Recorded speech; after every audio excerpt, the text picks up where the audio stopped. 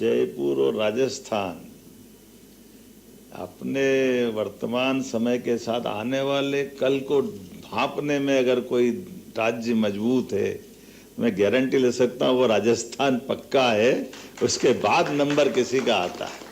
तमाम कठिनाइयों के बावजूद भी राजस्थान के व्यापार, व्यवसाय, स्वाद से लेकर के अपने अलग प्रकार की दुनिया में पहचान बनाने के लिए मारवाड़ी लोगों की अपनी एक पहचान, और मारवाड़ी से तात्पर्य भारतीय लोगों की ही विशेषता है कि चुनौतियों में से अवसर निकालना, जिसको माननीय प्रधानमंत्री जी आपदा में से अवसर कहते हैं। तो आपदा में से अवसर निकालते हुए ये कितना अच्छा लगता। हमारे लोग मध्य प्रदेश से MR10 के ऊपर से अपने संस्थान खड़े करते हुए सिद्धार्थ जी ने बात कही, हमारे सब मित्रों ने बात कही कि राजस्थान हो, मध्य प्रदेश हो, आम तौर पर ये सारी चीज़ों के लिए साउथ की तरफ निगाह जाती थी, और साउथ ने IT सेक्टर से लेकर सभी क्षेत्रों में अपनी एक पहचान बनाई भारत के अंदर। लेकिन अब ये थोड़ा सा बदलाव आया है, लेकिन ये प्रतिस्पर्धा स्वस्थ प्रतिस्पर्धा है, ये कोई किसी को गिराने वाली नहीं है। और ये तो सही बात है कि हम अपने देश की तरफ से देखते हैं तो आज के दौर में माननीय प्रधानमंत्री जी के नेतृत्व में इससे अच्छा कोई समय किसने देखा। हमारे स्वर्णिम काल के अतीत के काल बात बताते हैं, विक्रमादित्य का काल था, महाभारत का युग था, बहुत गौरवशाली स्वर्णिम युग था। लेकिन ये अतीत की बातें आज यथार्थ में भी दिखाई दे रही है। आज क्या खराब है, आज भी तो अच्छा ही है। माननीय मोदी जी के नेतृत्व में सब क्षेत्रों में हमारे लिए आज का जो प्लेटफॉर्म है सभी राज्यों के लिए समान रूप से आगे बढ़ने के लिए, इससे अच्छा कौन सा मौका मिलेगा।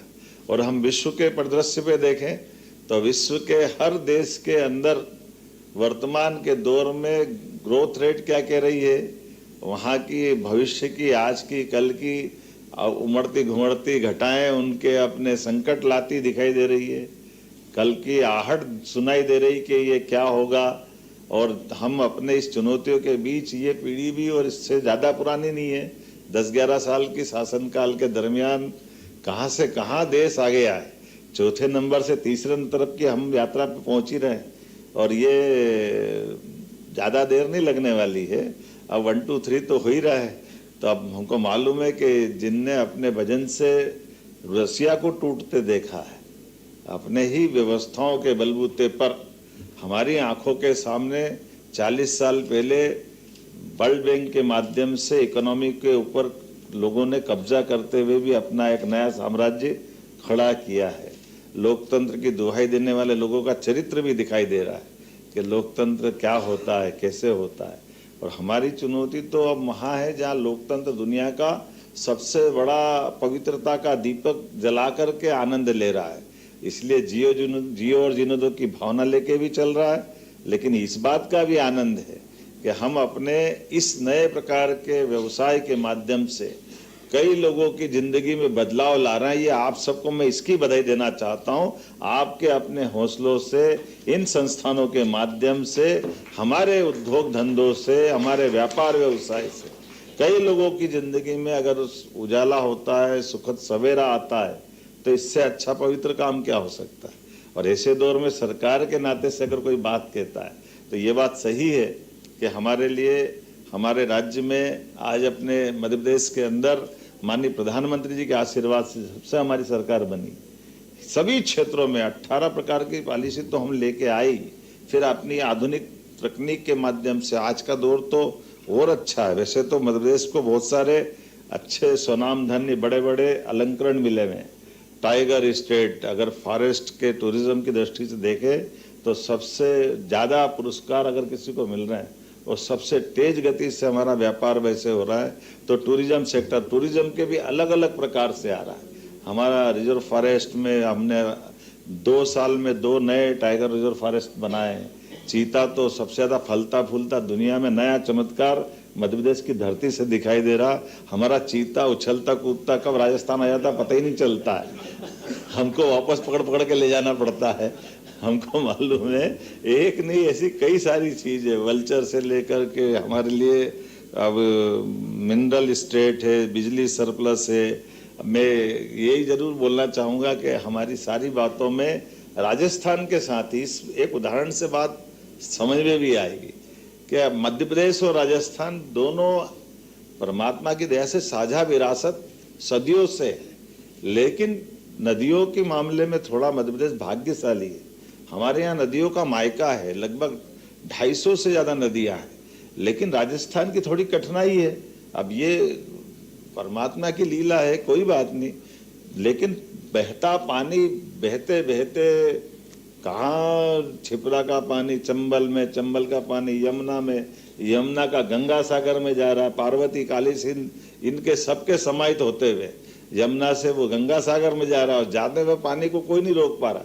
लेकिन 25 साल से पानी का झगड़ा राजस्थान से चल रहा है, इनको 5% पानी क्यों दे, नहीं देना चाहिए, देना चाहिए, नहीं देना चाहिए। अब मैं आया सरकार में, हमने माननीय भजन लाल जी के साथ बात की, उन्होंने कहा मोहन जी अगर ये मदद हो जाए तो हमारे 13-14 जिले में, मध्य प्रदेश को तो फर्क नहीं पड़ेगा, लेकिन हमारे तो बहुत सारे जिलों में पीने के पानी से लेकर उद्योग धंधे, भविष्य की संभावनाओं के लिए अच्छा हो जाएगा। हमने कहा बिल्कुल कर देंगे, 5% क्या 7% भी देना हो तो दे देंगे। राजस्थान पाकिस्तान थोड़ी है, हमारा ही तो भाई। हमारे लिए अगर अपने राज्यों के अंदर ये स्वस्थ प्रतिस्पर्धा में सामंजस्य भी चाहिए, सौहार्दता भी चाहिए, परस्पर बंधुभाव भी चाहिए। इसलिए हमने आकर के बैठे, ये बात सही है कि अधिकारी की अपनी कठिनाई होती है और अधिकारी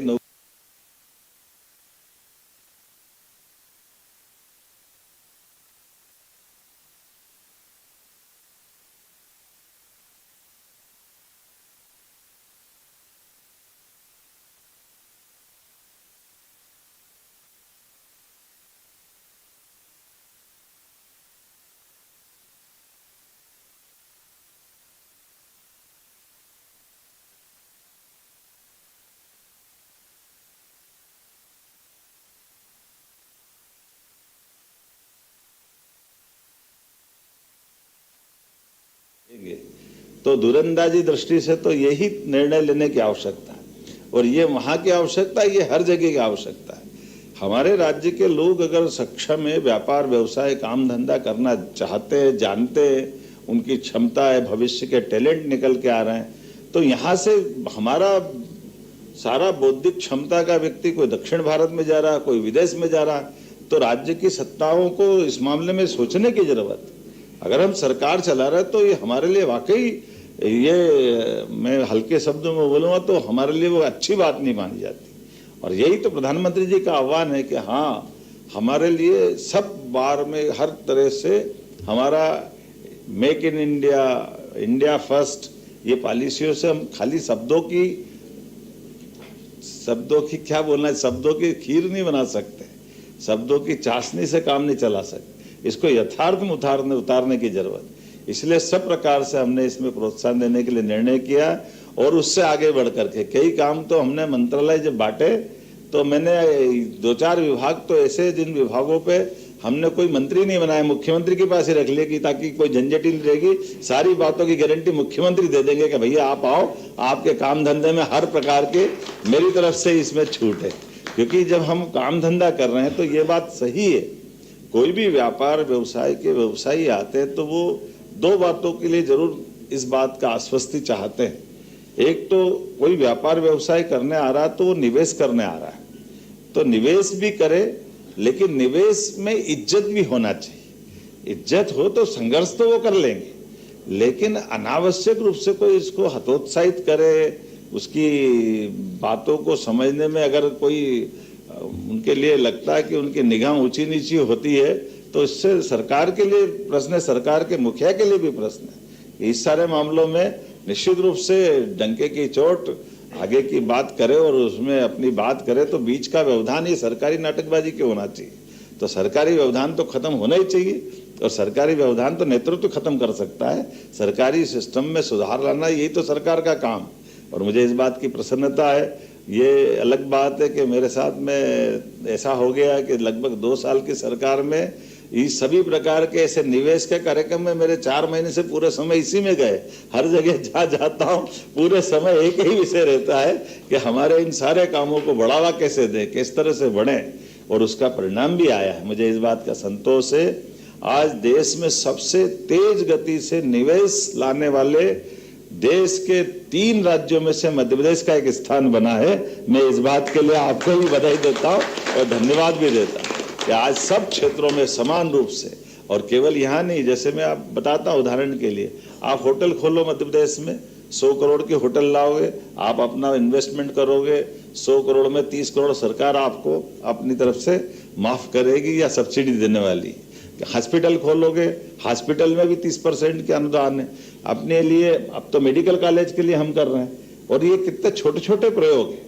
आज की दशा में मेडिकल कॉलेज अगर अपन खोलते हैं तो मेडिकल कॉलेज, आप तो अग्रवाल साहब है, आपके परिवार में भी चिकित्सक है, तो आप बताइए, दुनिया में कहीं ऐसा नहीं होता कि मेडिकल कॉलेज खोले और मेडिकल कॉलेज के कैंपस में हॉस्पिटल होना चाहिए। सरकारी हॉस्पिटल को जब कोई देखे ही नहीं, ये केवल अपने भारत में और अपने प्रदेश में होता था। हमने ये नियम बनाया कि नहीं भाई ऐसा नहीं है, 300 बेड का हॉस्पिटल हमारी तरफ से जो मेडिकल कॉलेज खोलेगा उसको हम अपनी तरफ से डॉक्टर, पैरामेडिकल स्टाफ, मरीज तो उसमें रहते हैं, दवाई सारा खर्चा हम ही उठाएंगे, और 25 एकड़ जमीन केवल 1 रुपए में देंगे, और 1 रुपए में हमारा वो मेडिकल कॉलेज खोलेगा। 3 साल तक वो अपना सारा काम खड़ा करे, 10 साल बाद उनसे हॉस्पिटल ले लेंगे। बाद के समय में वो इतनी फीस वगैरह भरेगा या प्राइवेट की जो फीस होती है कि मेडिकल कॉलेज चली जाएगा अपने आप ही। और उससे भी आगे बढ़कर निर्णय ये किया कि मेडिकल कॉलेज की सरकारी और प्राइवेट की फीस का जो अंतर होता है, तो प्राइवेट में लोग कमाए तो एक शंका हो जाती, तो उसका भी रास्ता हमने निकाल दिया। हमने कहा प्राइवेट मेडिकल कॉलेज की फीस आमतौर पर एक बच्चे की 5 साल की 70 लाख 80 लाख तक रहती है, लेकिन सरकारी तो 10 लाख में ही कर लेता है। तो हमने कहा कोई बात नहीं, ये 70-80 लाख भी सरकार भर देगी और ये अपन उसको लोन दे देंगे, बाद में वो हमारे यहाँ नौकरी कर ले, उतार दे, फिर अपने घर चले जाए, कोई दिक्कत नहीं है। 5-6 साल में हमको डॉक्टर मिल जाएंगे, हमारा पैसा भी हमारे पास सुरक्षित रहेगा, हमारे मेडिकल कॉलेज भी चल जाएंगे। ऐसे एक नहीं कई सारे सेक्टर में हम लोग काम कर रहे हैं। उम्मीद कर रहा हूं कि आज का ये सत्र बहुत अच्छा रहेगा। विनम्रता के साथ देरी से आने की क्षमा भी चाहता हूं, लेकिन ये अच्छे कामों के लिए इसी प्रकार के विचार विनिमय के साथ ये मंच मिलते रहेंगे, तो सभी प्रकार के स्टार्टअप को प्रोत्साहन देने के साथ साथ सभी क्षेत्रों में हम समान रूप से बढ़ते रहेंगे। मेरी अपनी ओर से पुनः आप सबका वंदन, अभिनंदन, बहुत बहुत धन्यवाद। Thank you so much, Honorable Chief Minister, sir, for articulating a clear and confident roadmap for Madhya Pradesh role in India's technology-led growth story. May I now invite Srimati Shivangi Joshi, Chief General Manager, MPS EDC, to extend the vote of thanks.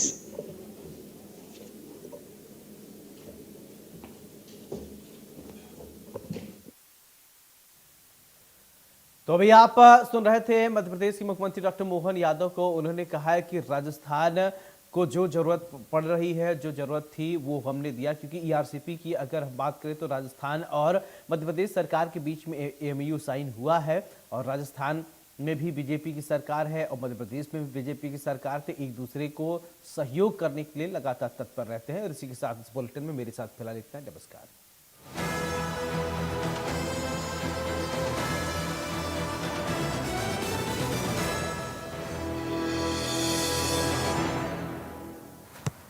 इसको तो football खेलना भी आ गया और इससे तो piano बजाने भी आ गया।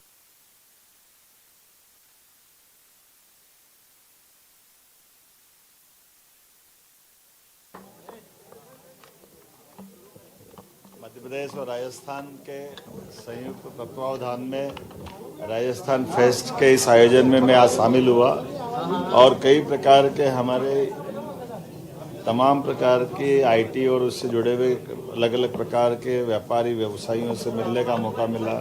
मध्य प्रदेश अपने इन्वेस्टमेंट को लेकर के वहाँ की अनुकूलताओं के आधार पर हर प्लेटफॉर्म पे बात करता है। पूरे देश के कई हिस्सों में हमने अपनी विषय भी रखे, और इसीलिए आज मध्य प्रदेश सबसे तेज गति से निवेश करवाने वाले राज्यों में शामिल हुआ है। मैं उम्मीद करता हूं कि आज की इस मीटिंग के बाद भी कई सारे मित्र हमारे मध्य प्रदेश में इन्वेस्टमेंट करेंगे, जिसके माध्यम से युवा लोगों को रोजगार मिलेगा, उद्योगपतियों को काम धंधा मिलेगा।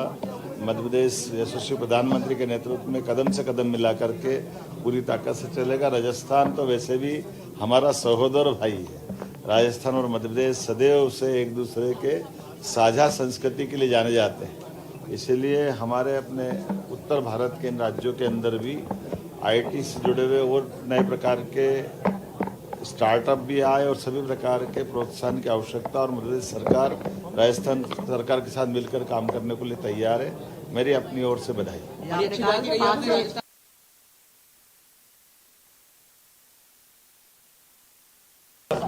पीकेसी योजना थी, पार्वती काली सिंध योजना, जिसमें माननीय प्रधानमंत्री जी ने भूमि पूजन किया। कांग्रेस के जमाने से ये मामला लटकता आया था और राजस्थान के लिए पानी की कठिनाई थी। मध्य प्रदेश के साथ में भी बहते पानी को रोक करके कोई प्रॉपर योजना में माननीय प्रधानमंत्री जी का आशीर्वाद मिला, इसलिए हम पार्वती काली सिंध योजना के माध्यम से 15 जिले राजस्थान के, 13 जिले मध्य प्रदेश के और दोनों क्षेत्रों में इस बड़ी योजना पे काम चल रहा है। मध्य प्रदेश एक नहीं, इससे हमारे सभी राज्यों के साथ केन बेतवा नदी जोड़ों के माध्यम से उत्तर प्रदेश के साथ हम काम कर रहे हैं।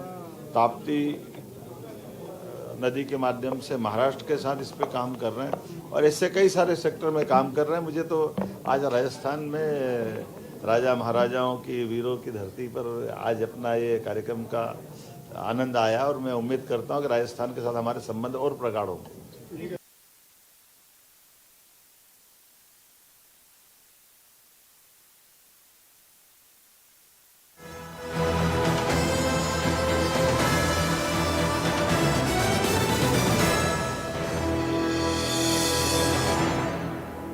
बड़ी खबर के सह प्रायोजक हैं असली मसाले सच सच, MDH